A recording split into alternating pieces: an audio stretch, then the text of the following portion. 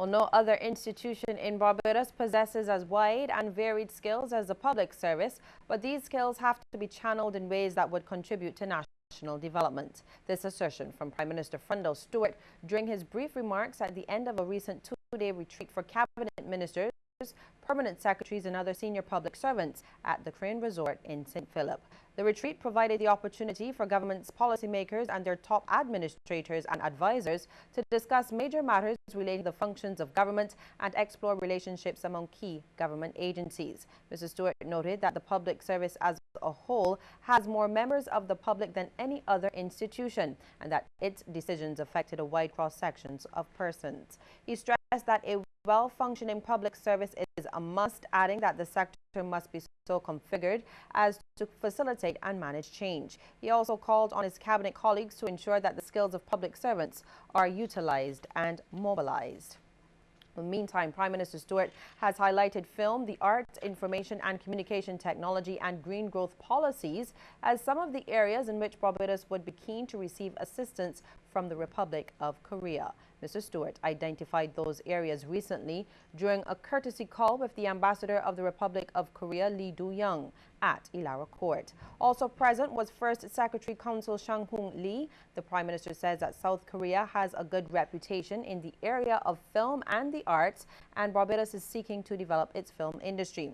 He also added that considerable interest was being expressed here in the sport of Taekwondo and suggested that with assistance from the Koreans, it could become more popular. Mr. Stewart noted that South Korea has made significant advances in green growth policies and Barbados is committed to a green economy. He also praised South Korea for its work in information and communications technology. Mr. Stewart says there were other issues both countries needed to discuss, such as tax agreements. Well, businesses and residents in and around Bridgetown may be forced to close their doors early today due to a water outage right across the city. Barbados Water Authority crews are on the scene trying to repair a burst to a huge main on Roebuck Street. The authority's corporate communications specialist Joanne Haig says several districts are currently without water. As a result, areas in Bridgetown, Country Road, White Park Road, Passage Road, Tudor Street, Baxter's Road and surrounding areas are experiencing water outages. Water tankers have been dispatched to service the affected businesses and residents, and crews are currently on site carrying out repairs. We don't have an exact time as to when we will complete the repair, but we're doing everything possible in order for it to be done as quickly as possible.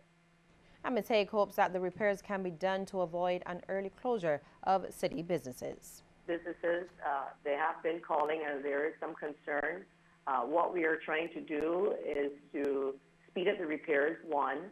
Two, we're going to send tankers in the areas to refill tanks that some businesses do have so that they can carry on work today. But as I said earlier, we will not be able to tell you an exact time as to how long the repairs will take, but we're doing everything possible in order to minimize the timeline in terms of, the repair. A seventh man has been charged with the murder of Dwight Holder, the teacher from St. Joseph, who was gunned down in Bush Hall earlier this month. He's Nicholas Ricardo Clark of 2nd Avenue, Godin Road, Station Hill in St. Michael. The 19-year-old, who has also been charged with 2 counts of serious bodily harm and 1 count of unlawful use of a firearm, will appear in the District A court today. Clark was the subject of a wanted man notice and he surrendered himself to police, accompanied by his attorney at law. Well, lawmen are appealing to the public for information regarding a number of men caught on camera wanted for questioning in connection with serious criminal matters.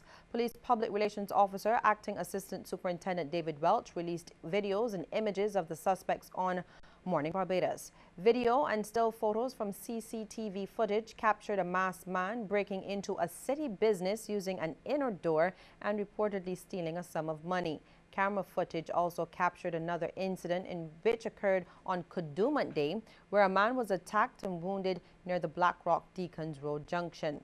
Now, in this video, you can see 3 men, one in a beige shirt, another in a white shirt with shades and locks, and the third person of interest was wearing all black. Police have also provided images of a man believed to be responsible for a recent burglary in Christchurch.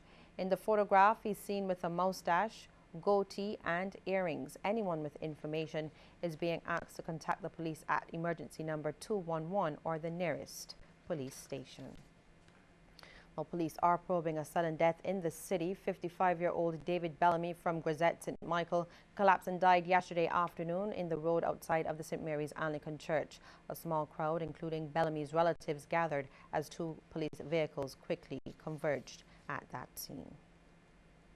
While there are multiple economic benefits to be derived from certification in organic farming, environmental improvements can also be realized. This is the view of David Bino, the National Coordinator for the Global Environment's Facility Small Grants Program. He made the comments during a presentation ceremony at UN House for 11 farmers who formally received accreditation certificates as inspectors of organic produce. It goes beyond economics, and it transcends the social and environmental benefits that this training will provide once implemented. Therefore, the environmental benefits that will be derived will be of global significance, because cumulatively, if you have this replicated throughout the Caribbean, you're going to see that quality. We're going to have a positive impact on in terms of carbon emissions, which will reduce. In fact, organic agriculture has been identified as the key form of agriculture that is well suited to adapt to climate change. Mr. Bino says the aim has to be to push for the creation of an authentic organic industry. He also sees the need to take a regional approach. This was not only about Barbados, because we could have had this training and Barbadians alone could have benefited. But this was a regional initiative. We had the Jamaican organic agriculture movement playing an integral part of this training. We had persons from other Caribbean countries who would have benefited directly from this training. And any initiatives that we're thinking about in the future, we must not think in silos or myopic. We must think of it as a regional approach. And that's extremely important. And I feel that this whole issue of the sargassum seaweed is really creating a regional problem. And because of having a regional problem, we're going to see a regional approach to solving it. We're back after the break with regional and international stories.